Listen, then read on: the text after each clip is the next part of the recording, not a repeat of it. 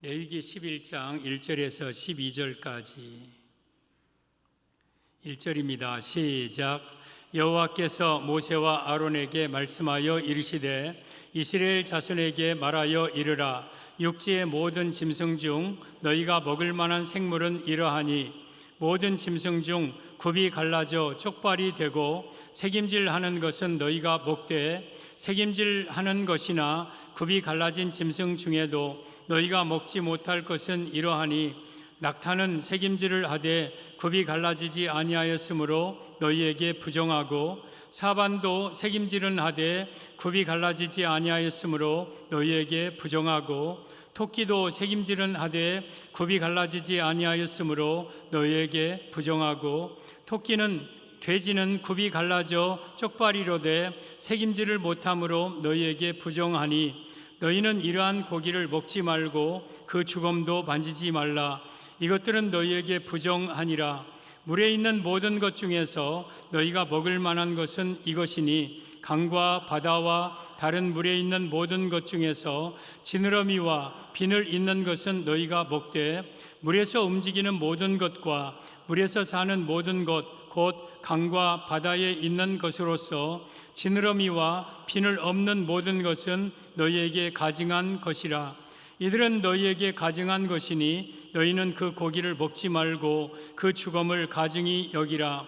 수중 생물의 지느러미와 비늘 없는 것은 너희가 혐오할 것이니라. 아멘.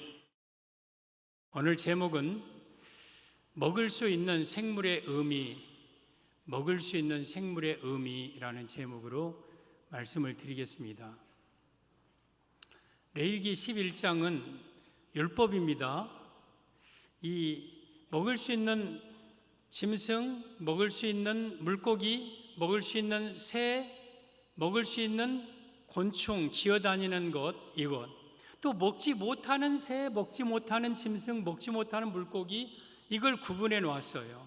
그러니까 예를 들어서 물고기라 하면은 지느러미와 비늘 있는 것은 먹되 지느러미와 비늘 없는 것은 부정한 것이므로 못 먹는다. 그러면 뱀장어, 미꾸라지, 메기, 낙지 뭐 이런 거 못 먹는 거예요.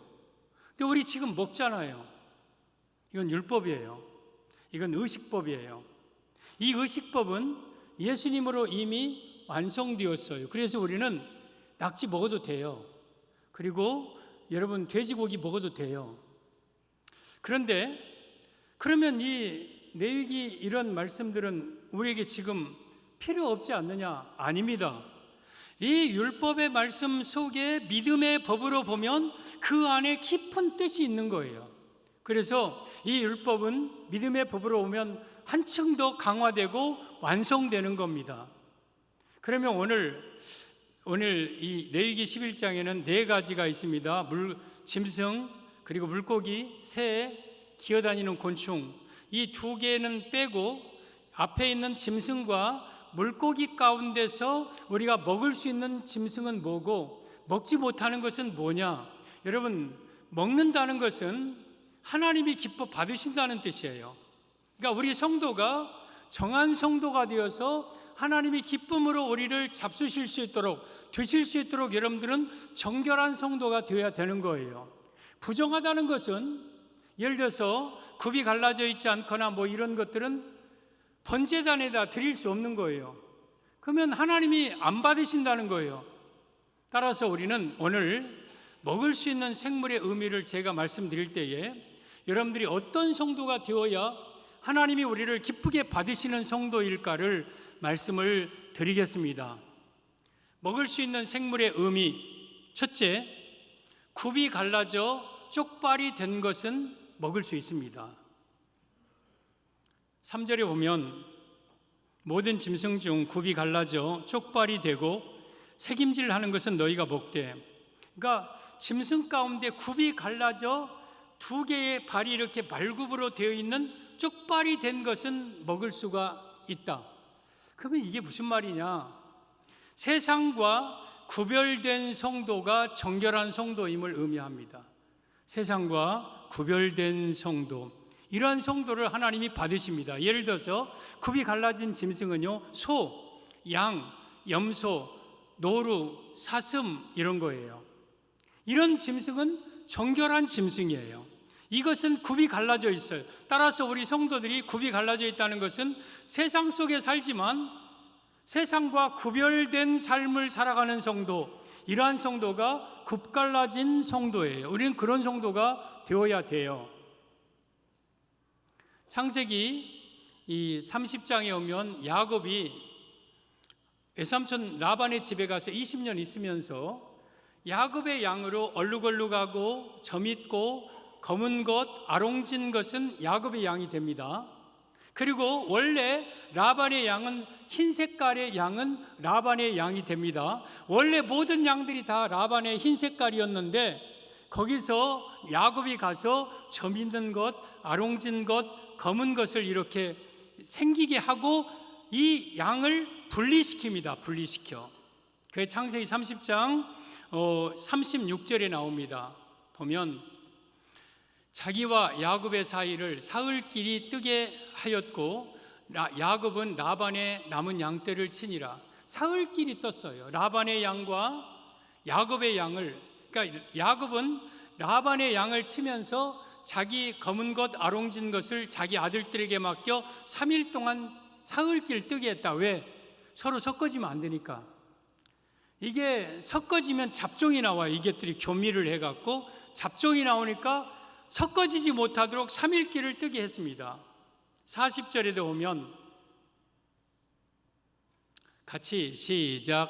야곱이 새끼 양을 구분하고 그 얼룩무늬와 검은빛 있는 것을 라반의 양과 서로 마주보게 하며 자기 양을 따로 두어 라반의 양과 섞이지 않게 하며 야곱은 검은 것 아롱진 것을 따로 두고 라반의 양과 섞이지 않게 했다. 여러분, 저 야곱은 목자로 이 땅에 오신 예수님을 가리켜요. 그리고 아롱진 것, 검은 것, 그런 얼룩얼룩한 그러한 양들은 성령의 인침받은 예수님의 성도를 의미해요. 라반은 예수님 당시 바리새인들과 서기관으로 해석될 수 있어요. 이 원래는 다 라반의 흰 양들이었어요.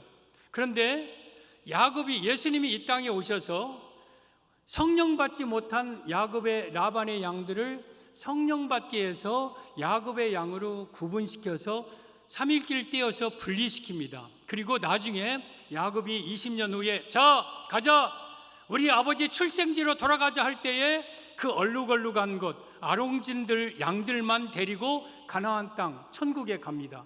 여러분, 우리는 지금 성령의 인침받은 아롱진 양이 돼야 돼요. 그래서 우리가 성령의 인침받아서 예수님 재림할 때 우리 성령의 인침받은 성도들만 천국에 들어가는 거예요. 원래는 우리가 라반의 양이었어요. 라반의 양이었다가 예수님이 이 땅에 오셔서 성령으로 인쳐주시고 우리를 야곱의 양으로 삼으셨고 이제는 천국을 향하는 야곱의 양으로 삼으셨어요. 우리는 그래서 이 라반의 양과 야곱의 양이 3일 동안 떨어져 있게 한 것은 우리 예수님은 성도들로 하여금 세상 속에 살지만 세상에서 구별된 거룩한 성도로 살기를 원하세요. 이것이 바로 굽갈라져 있는 성도예요. 창세기 19장에 오면 이 소돔과 고모라 이야기가 나옵니다. 소돔과 고모라 성이 얼마나 음란하고 얼마나 죄가 많은지 하나님께서 그 소돔과 고모라를 불과 유황으로 비처럼 내려서 온 들과 온 사람과 소돔과 고모라 땅을 다 흩어 막 불로 태워서 멸망시켰습니다. 이것은 지옥 심판을 가리키는 거예요. 근데 거기서 롯과 그의 아내와 두 딸은 그 불 속에서 건져냅니다. 건져내요. 여러분, 이 롯과 그의 가족을 건져낸 것이 창세기 19장에 보면 아브라함이 기도해서 롯을 긍휼히 여겨서 건졌다고 했어요. 아브라함은 예수님을 모습입니다. 지금 우리가 죄악 가운데 멸망하여 지옥 갈 사람들을 우리가 거기서 건진받은 것은 지금도 하나님 우편에서 우리 예수님이 우리를 위해서 기도하고 계셔요. 그 기도로 말미암아서 우리가 유황불 속에 던져지지 않고 건진받는 거예요. 그런데 롯이 구원받을 만한 또 하나의 이유가 있었어요. 롯이 왜 소돔과 고모라 사람들처럼 멸망하지 않고 구원받았을까? 베드로후서 2장 6절을 보면 같이 시작. 소돔과 고모라 성을 멸망하기로 정하여 재가 되게 하사 후세에 경건하지 아니할 자들에게 본을 삼으셨으며 무법한 자들의 음란한 행실로 말미암아 고통당하는 의로운 롯을 건지셨으니, 지금 롯이 소돔성에 살면서 저 세상 사람들이 막 악하게 사는 것 때문에 고통당하고 있는 거예요. 그 의로운 롯이라고 그랬어요. 그리고 8절 시작. 이는 이 의인이 그들 중에 거하여 날마다 저 불법한 행실을 보고 들으므로 그 의로운 심령이 상함이라. 지금 롯이 저들의 불법한 행실을 보고 들어, 그러면서 그 의로운 심령이 상하는 거예요. 그러니까 롯은 소돔과 고모라에 살았지만 음란 속에 빠지지 않았어요. 그들과 함께 죄악에 타락하지 않았어요. 그 속에서 거룩하게 살면서 그 세상의 죄악을 보고 교통스러워했어요. 그 의로운 롯을 하나님이 그래서 건지신 거예요. 여러분, 우리는 롯과 같은 성도가 돼야 돼요. 세상 속에 살지만 세상의 죄악에 빠지지 말고 그 세상의 죄악을 보면서 우리의 의로운 심령이 탄식하면서 고통당하는 의로운 성도, 이러한 성도를 구원하시는 것. 그래서 여러분들이 세상 속에 살지만 여러분 굽갈라진 성도, 세상과 같이 살지 않는 성도가 돼야 돼요. 세상 사람들처럼 똑같이 가서 담배 피고, 똑같이 가서 술 먹고, 똑같이 노래방 다니고, 똑같이 뇌물 받고, 또 똑같이 같이 갈 것 같이 가고, 먹을 것 같이 먹고, 뭐 갈 장소 안 갈 장소 자리 가리고, 할짓 안 짓고 못한 거 다 가리고, 그렇게 하고 교회에 와서 거룩하게 예배만 드린다고, 그게 성도가 아니라는 거예요. 우리는 교회에서 예배도 드려야 되지만 세상 속에 나가서 굽갈라져 있는 성도, 세상 속에 살지만 세상과 구별된 성도, 이게 바로 정결한 성도예요. 우리 예수님은 이 땅에 계시면서요, 세상 속에 빠지지 않았어요. 바리새인들처럼 서기관들처럼 살지 않았어요. 세상 속에 음란하게 살지 않았어요. 그리고 제자들에게도 세상 속에 살지만 거룩하게 살라고 그랬어요. 구별되어 살라고 그랬어요. 그런 기도를 예수님은 요한복음 17장 14절 이하에 하셨습니다. 14절 오면 같이 시작. 내가 아버지의 말씀을 그들에게 주었사오매 세상이 그들을 미워하였사오니 이는 내가 세상에 속하지 아니한 같이 그들도 세상에 속하지 아니함으로 인함이니이다. 예수님이 세상에 속하지 않고 했기 때문에 그들은 제자들입니다. 제자들도 세상에 속하지 않았다. 그래서 세상은 제자들을 미워한다.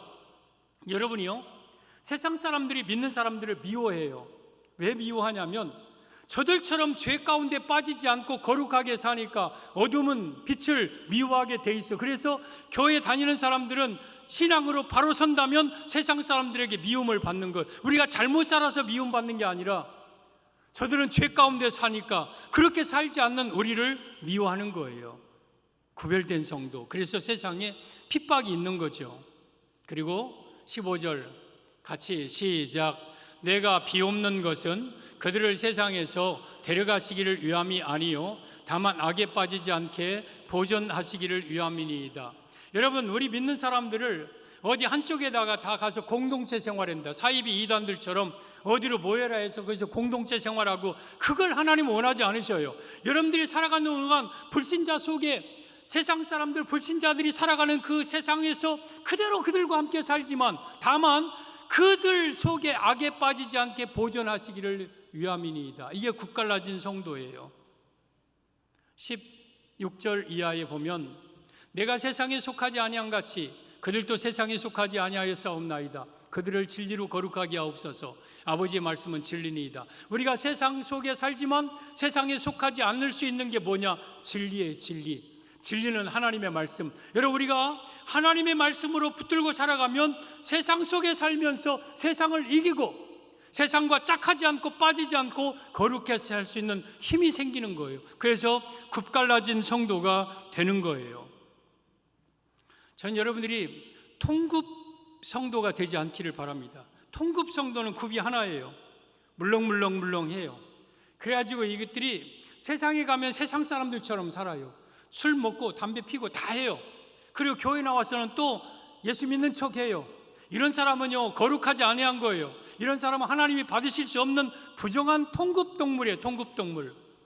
우리가 굽이 갈라졌다는 것은 세상 사람들이 먹는 것 다 먹어서는 안 되고, 세상 사람들이 부르는 노래 다 불러서는 안 되고, 세상 사람들이 가는 곳 다 가서는 안 되고, 세상 사람들이 하는 짓 우리가 다 똑같이 해서는 안 되는 거예요. 굽갈라진 성도는 세상 속에 살지만 구별되어 거룩성을 유지하는 성도가 하나님이 보시기에 정결한, 하나님이 받으시는 성도인 겁니다. 그래서 정결한 짐승 첫째는 굽이 갈라져 있다. 세상과 구별되어서 살아가는 성도가 하나님이 받으시는 정결한 성도입니다. 먹을 수 있는 생물의 의미 둘째, 책임질하는 것입니다. 3절 보면 모든 짐승 중 굽이 갈라져 쪽발이 되고 책임질하는 것은 너희가 먹되. 책임질은 되새김질이죠. 되새김질. 이 소나 양은 어물어물 계속 되새김질이에요. 그러면 책임질한다는 의미는 무슨 말입니까? 우리 성도가 날마다 말씀을 묵상하는 성도가 하나님이 받으시는 정결한 성도임을 의미합니다. 날마다 말씀을 묵상하는 성도. 여러분, 소나 양은 위가 4개입니다. 위가 4개예요. 그래서 먼저 들에 가서 풀을 확 뜯어서 한쪽 위에다가 채웁니다. 잔뜩 채우고, 그리고 이제 외양간에 와가지고 앉아서는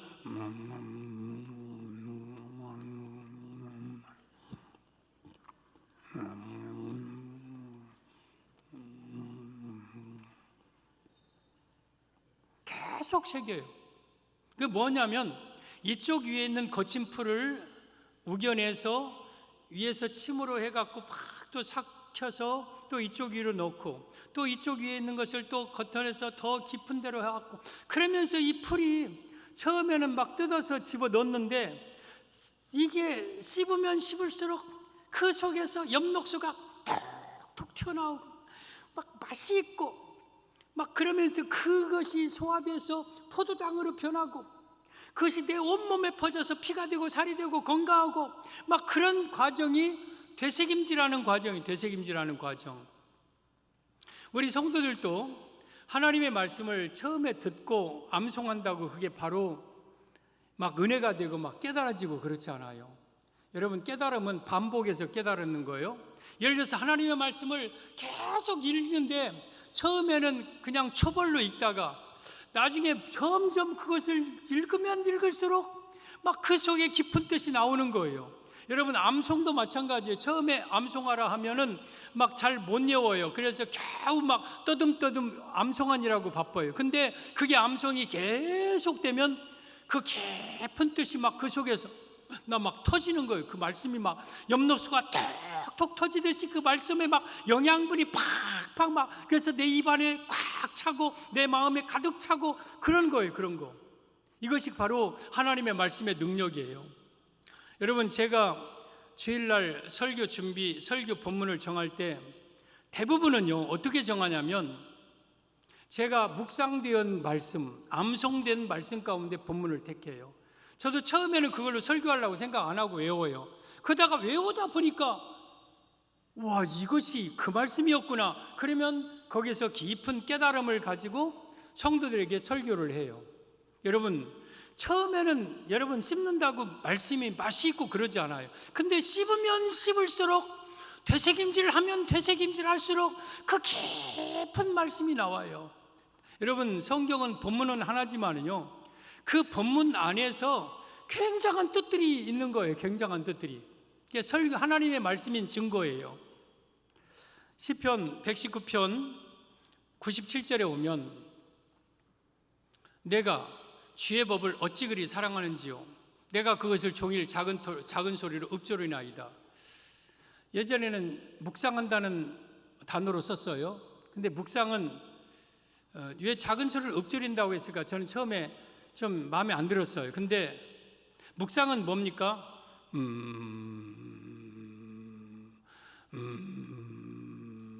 하다 보면 졸려. 근데 작은 소리로 내가 주의 법을 어찌 그리 사랑한 내가 그것을 종일 작은 소리로 읊조리나이다. 내가 새벽녘에 눈을 떴나이다. 주의 말씀이 나를 비추시고 내 등에 비치나이다.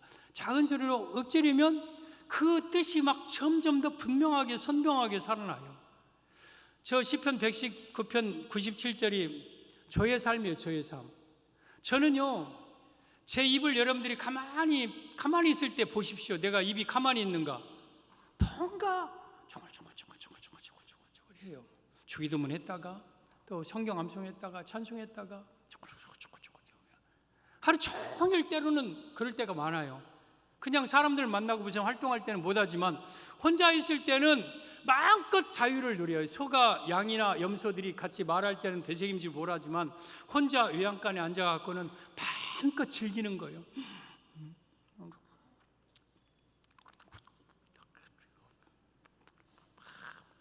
너무 맛있어서 막 웃었다가 좋아했다가 기뻐했다가 막 우리 시편 119편 103절을 보면 주의 말씀에 마치 내게 어찌 그리 단지요 내 입에 꿀보다 더하니이다. 처음에 성경 읽을 때는 저런 말 뭔 말인지 몰라요. 성경 처음에 암송할 때는 저 말이 뭔 말인지 몰라요. 성경 말씀이 얼마나 달콤하고 얼마나 송이꿀보다 더 달다는 것을 깊이 묵상할 때 알아요. 깊이 묵상할 때 그 속에서 막 깊은 뜻이 막 터져나올 때에 여러분, 되새김질하는 성도가 정결한 성도이다. 하나님의 말씀을 날마다 묵상하는 성도. 우리 시편 1편 1절에 보면 복 있는 사람은 악인들의 꾀를 따르지 아니하며 죄인의 길에 서지 아니하며 오만한 자들의 자리에 앉지 아니하고, 이것은 굽갈라진 성도죠. 악인들, 죄인들, 오만한 자의 자리에 그들과 함께 하지 않는다. 굽이 갈라졌다는 뜻이죠. 또 오직 그 주의 말씀을 주야로 묵상하여 즐거워하는 자로다. 그는 시냇가에 심은 나무가 시절을 쫓아 과실을 맺으며 그 잎사귀가 마르지 아니한 같으니 그가 하는 모든 행사가 다 형통하리로다. 여러분, 그 주의 말씀을 주야로 묵상하는 자, 그러니까 두 가지죠. 굽이 갈라져 있고, 그리고 주야로 책임지라는 자는, 주야로 묵상하는 자는, 밤낮으로 말씀을 묵상하는 자는 시냇가에 심은 나무가 시절을 쫓아 과실 맺고 그 잎사귀가 마르지 않고 그가 하는 모든 일이 다 형통하리다. 여러분들이 만약에 굽 갈라져 있고 되새김질을 하는 성도라면 여러분이 하는 모든 일이 다 형통할 겁니다. 무슨 일을 하든지 잘 될 것입니다. 따라서 여러분들은 굽 갈라진 성도, 되새김질 하는 성도가 되어야 합니다. 예수님이 이 땅에 오셨을 때 예수님을 싫어하고 반대하는 자는 이방인들이 아니라 유대인들이었어요. 지도자들, 바리새인들, 서기관들, 대제사장들, 사두개인들이 예수님을 싫어했고 죽이려고 했고 결국은 법 없는 로마 사람들을 통해서 십자가에 못 박아 죽였습니다. 그러면 왜 바리새인들이 예수님을 죽였습니까? 그들이 원래 악한 사람이었습니까? 원래 아주 괴팍한 성격을 가지고 있는 사람들이었습니까? 아닙니다. 그들이 예수님을 죽일 수밖에 없었던 이유가 요한복음 8장 37절에 기록되어 있습니다. 시작. 나도 너희가 아브라함의 자손인 줄 아노라. 그러나 내 말이 너희 안에 있을 곳이 없으므로 나를 죽이려 하는도다. 바리새인들과 사기관들도 아브라함의 자손의 유대인들이에요. 근데 왜 예수님을 죽이려 했고 죽였냐? 예수님의 말씀이 너희 안에 없었어요. 그러니까 바리새인들의 위가 텅 비어 있어요. 4개의 위 가운데 음식물이 없어. 그러니까 말씀이 없으니까 예수님을 죽이려 했던 거예요. 여러분들도 말씀이 없는 사람은요, 악한 사람이 됩니다. 말씀이 없으면 내 죄성을 못 이깁니다. 그래서 절대 우리는 여러분 거룩하게 살 수 없습니다. 그래서 내 위에는 하나님의 말씀이 가득 그득 채워져 있어야 돼. 그것도 깊이 소화되어 가고 있는 말씀, 깊이 묵상되어져 있는 그 말씀들이 우리 안에 충만하면 우리는요 악하게 살 수 없습니다. 여러분, 우리는 선하게 주님을 사랑하면서 살 수 있는 거예요. 그래서 우리는 책임질 나는 성도, 날마다 주의 말씀을 묵상하는 성도가 되어야 합니다.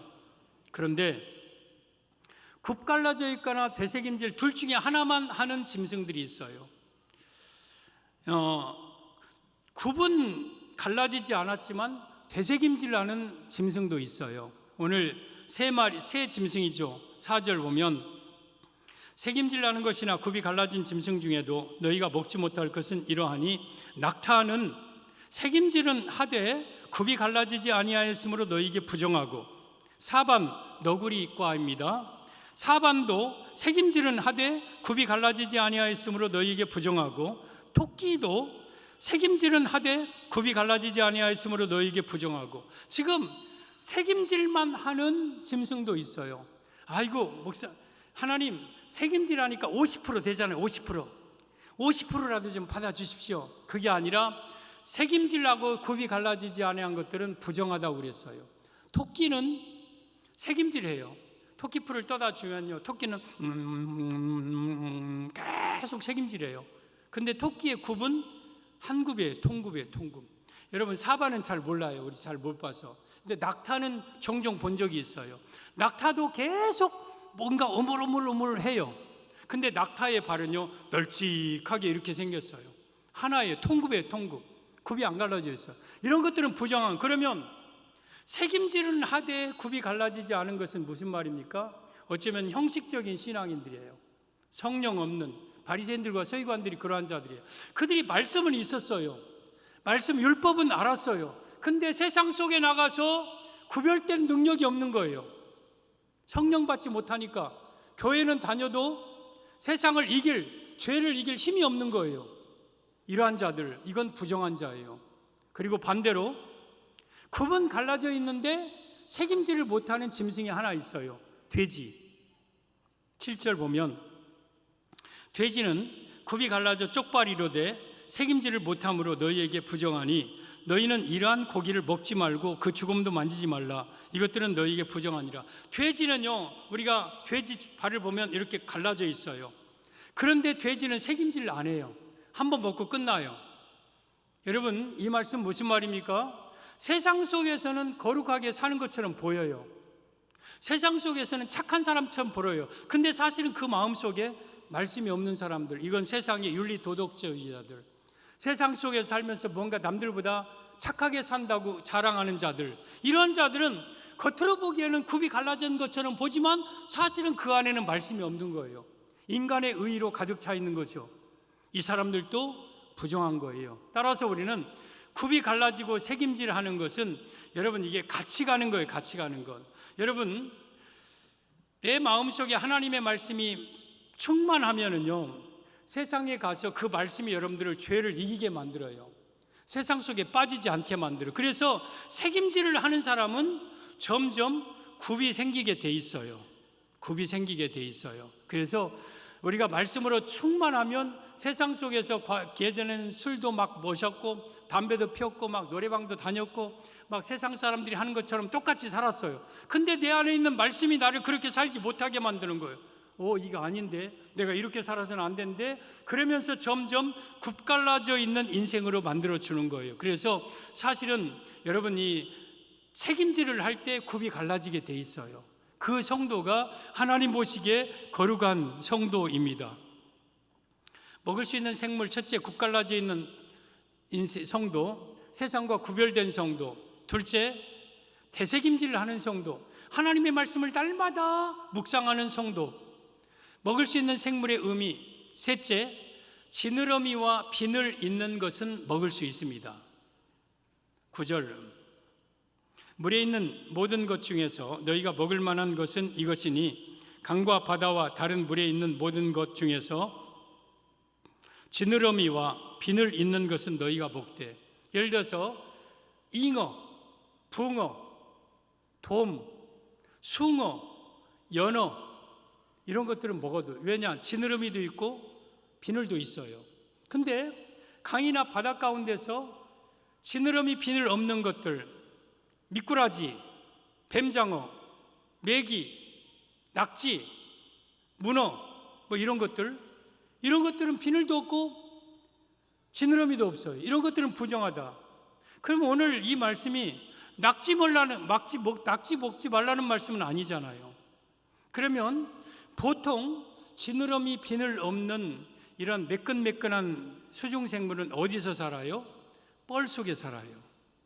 뻘 속에, 진흙 속에 들어가서 살아요. 그러면서 그러한 자들은 부정하다. 뻘과 진흙, 구멍, 이것은 흑암이에요. 죄. 따라서 먹을 수 있는 생물의 의미. 셋째, 지느러미와 비늘 있는 것. 이것은 죄의 어둠 속에 살지 않는 성도가 하나님 앞에 거룩한 성도임을 의미합니다.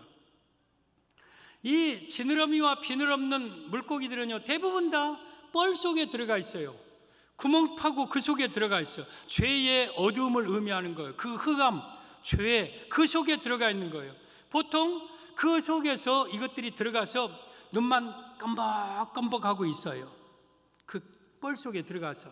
그래갖고 앞을 어떤 물고기가 지나가면 확 잡아먹어요. 그리고 쏙 들어가요.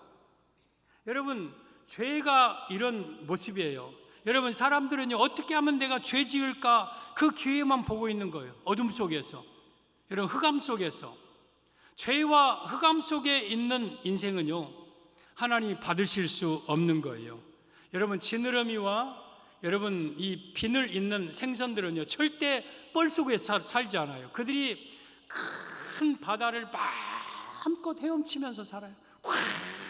활보하면서 그 푸른 바다를 향해서 막, 여러분, 하나님의 말씀 속에서 막 그냥 자유롭게 살아가는 성도가 하나님 보시기에 정결한 성도인 거예요. 그래서 우리는 뻘 속에 들어가면 안 되는 거예요. 구멍 속으로, 진흙 속으로 들어가서는 안 되는 거예요. 여러분, 13절 이하에 새에 대해서도 부정한 새가 20가지로 나옵니다. 먹지 못할 새, 역시 하나님이 받으시지 못한 성도의 모습입니다. 그런데 그 새가 여러 종류가 있지만 그 중에서 올빼미, 부엉이, 흰 올빼미, 박쥐, 지금 13절 이하에 나오는 20가지 새 중에서 이런 새들은 먹지 말라. 이들은 뭐예요? 다 야행성, 밤에 움직이는 것들. 낮에 실컷 자다가 밤이 되면 슬그머니 나와서 이 어둠 속에서 막 활동하고 먹이 찾아다니고 하는 이 야행성 새들, 역시 구멍 속에 있는 물고기와 똑같은 의미입니다. 죄와 어둠 속에 살아가고 있는 자들, 이러한 자들 하나님 앞에 부정한 겁니다. 여러분, 원래 우리는 뻘 속에 사는 생물이었어요. 원래 우리는 올빼미 같은, 박쥐 같은 인생이에요.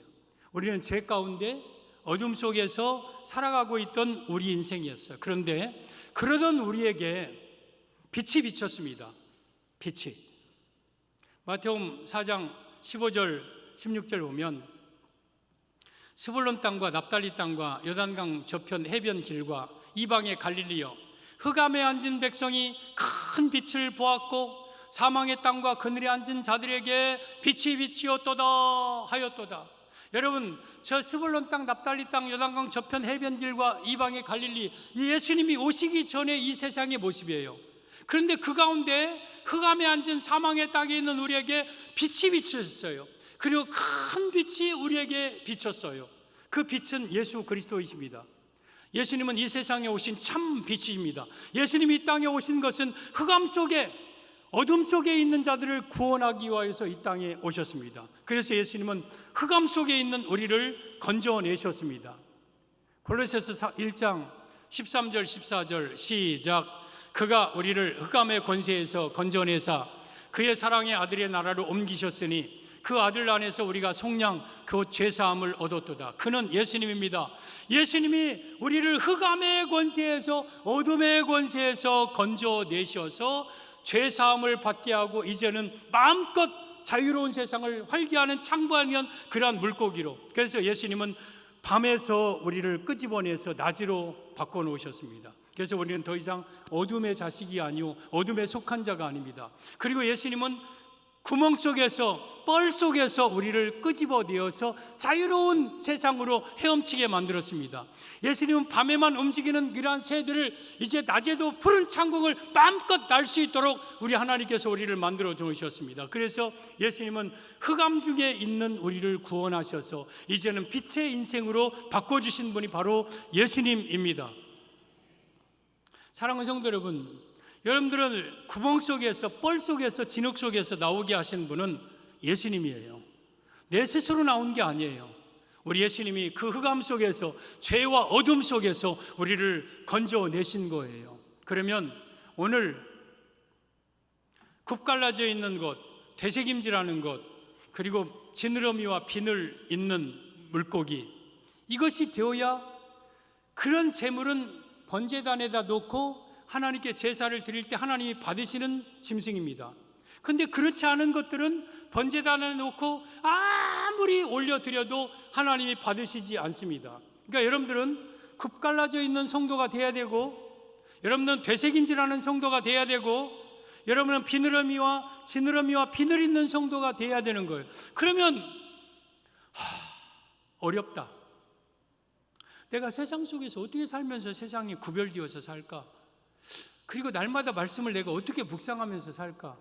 그리고 내가 죄와 어둠 속에서 어떻게 빠져나와서 살까? 야, 이거 어렵다. 나 포기해야 되겠다. 여러분, 성경은요, 지킬 수 없는 말씀을 우리에게 하지 않으셔요. 그 말씀은 내 입에 있으며 내 마음에 있은즉 내가 이를 행할 수 있다고 신명기 30장 14절에, 여러분, 이 말씀은 우리가 분명히 할 수 있는 말씀이에요. 우리는 굽갈라져 있는 인생 될 수 있어요. 되새김질하는 인생, 그리고 지느러미, 그리고 비늘 있는 인생이 될 수 있어요. 근데 이 사실은 출발이 뭐냐? 이 세 가지 중에 출발이 되새김질이에요. 되새김질. 우리가 교회 나와서 하나님의 말씀을 받고 이 말씀을 계속 묵상하면 세상에 가서 이제는 점점 내 굽이 갈라져요. 굽이 갈라져요. 여러분, 굽이 하루아침에 쫙 갈라지는 게 아니에요. 굽이 조금 앞에 트여요. 그리고 점점 갈라져요. 그러다가 쫙 갈라져요. 여러분, 우리가 교회 다닌다고 원래부터 애초부터 굽 갈라져서 살지 않아요. 교회 다녀도요, 어떤 때는 담배도 폈다가 막 넘어졌다 자빠졌다가 또 다시 일어났다가, 그러면서 말씀에 점점 내 안에 충만하면 점점 우리는 세상을 이길 힘이 생겨요. 그래서 뚜렷한 굽 갈라진 성도가 돼요. 그리고 비늘도 지느러미도 마찬가지예요. 원래부터 뻘 속에 있는 인생은요, 자꾸 구멍 속으로 들어가려고 그래요. 자꾸 뻘 속으로 들어가려고 그래. 왜? 거기가 편안하고 그 죄가 좋으니까. 근데 말씀에 책임질을 하면, 아, 내가 어둠 속에 살아서는 안 되구나 하고 물 속에 나왔다가 다시 어떤 때는 또 구멍 속으로 들어가. 그러다가 또 나와서 막 헤엄치다가 또 구멍 속으로 들어가. 그러면서 점점 내 몸에는 비늘이 생겨요. 내 몸에는 큰 지느러미가 있어서 이 거친 바다를 확 활개치면서 그 넓은 바다를 헤엄치는 그러한 지느러미 있는 인생, 비늘이 있는 인생이 돼요. 그러한 성도를 하나님은 기쁘게 받으십니다. 저는 오늘 하나님이 기쁘게 받으시는 우리 성도 되기를 바랍니다. 여러분들은 굽갈라져 있는 성도 되시고, 되새김질하는 성도 되시고, 지느러미 있는 비늘 있는 성도가 되어서 하나님이 받으시는, 하나님이 맛있게 잡수실 수 있는 정결한 성도가 되기를 예수님의 이름으로 축복합니다.